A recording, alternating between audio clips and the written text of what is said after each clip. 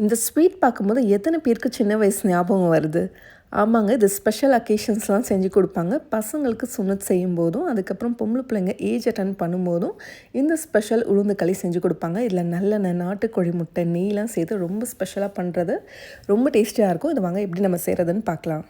நாட்டுக்கோழி முட்டை கிடைக்கலனா கூட பரவாயில்ல, கண்டிப்பாக ட்ரை பண்ணி பாருங்கள். பட் நாட்டுக்கோழி முட்டை கிடைச்சா வந்து ரொம்ப டேஸ்டியாக இருக்கும். இப்போ இதை செய்கிறதுக்கு நான் 4 முட்டை எடுத்துருக்கேன். அதை நல்லா பீட் பண்ணிக்கிறேன். அதுக்கப்புறம் நல்லெண்ணெயும் சேர்த்துக்கிறேன். நல்லெண்ணெய் கொஞ்சம் நல்லா தாராளமாகவே சேர்த்துக்கணும். அப்போ தான் உளுந்து களி ரொம்ப டேஸ்டியாக வரும். இப்போ இதை ரெண்டையும் சேர்த்து நல்லா மிக்ஸ் பண்ணிக்கோங்க. அதுக்கப்புறம் நான் 1 கப் அளவுக்கு பாலும் சேர்த்து நல்லா மிக்ஸ் பண்ணிக்கிறேன். நீங்கள் வந்து தேங்காய் பால் கூட இதில் வந்து சேர்க்கலாம். இது எல்லாமே நல்லா மிக்ஸ் ஆனதுக்கப்புறமா அடுத்தது நம்மளோட தேசம் ஃபுட்ஸோட உளுந்து களி பவுடர் ஒரு 100 கிராம் அளவுக்கு சேர்த்துக்கிறேன். இதில் நிறைய நட்ஸ் உளுந்துலாம் சேர்த்து ரொம்ப ஸ்பெஷலாக அரைச்சிருக்கோம். ஸோ கண்டிப்பாக ட்ரை பண்ணி பாருங்கள்.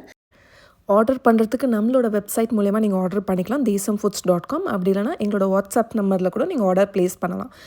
பேட்டர் நல்லா மிக்ஸ் பண்ணதுக்கப்புறமா ரொம்ப திக்காக இருந்துச்சுன்னா இன்னும் கொஞ்சம் பால் அப்படி இல்லைனா தண்ணி சேர்த்து நல்லா ஸ்மூத் பேட்டராக மிக்ஸ் பண்ணிக்கோங்க. லம்ஸே இருக்கக்கூடாது. இந்த அளவுக்கு நல்லா ஸ்மூத்தாக இருக்கணும். இப்போ இன்னொரு பேனில் தண்ணி கொதிக்க வைங்க. தண்ணி நல்லா கொதித்ததுக்கப்புறமா இப்போ நம்ம மிக்ஸ் பண்ண பேட்டரை சேர்த்து கொஞ்சம் கொஞ்சமாக நல்லா மிக்ஸ் பண்ணிகிட்டே வாங்க. அப்போ தான் உங்களுக்கு கட்டி கட்டி ஆகாமல் இருக்கும். இது கொஞ்சம் நல்லா மிக்ஸ் ஆகி கொஞ்சம் திக்கானதுக்கப்புறமா கொஞ்சம் நெய்யும் சேர்த்து நல்லா மிக்ஸ் பண்ணுங்கள். இது கை விடாமல் நல்லா மிக்ஸ் பண்ணிகிட்டே இருக்கணும். அப்போ தான் நல்லா வரும். இப்போ பேனில் நல்லா ஒட்டாமல் வரும்போது உளுந்து நல்லா குக் ஆனதுக்கப்புறமா நம்ம சர்க்கரையும் சேர்த்துக்கணும். நம்ம எவ்வளோ உளுந்து வந்து எடுக்கிறோமோ அதே அளவு தான் சர்க்கரையும் சேர்த்து நல்லா மிக்ஸ் பண்ணிக்கோங்க. நான் மெஷர்மெண்ட்ஸ் எல்லாமே கேப்ஷனில் கொடுத்துருக்கேன், செக் பண்ணிக்கோங்க.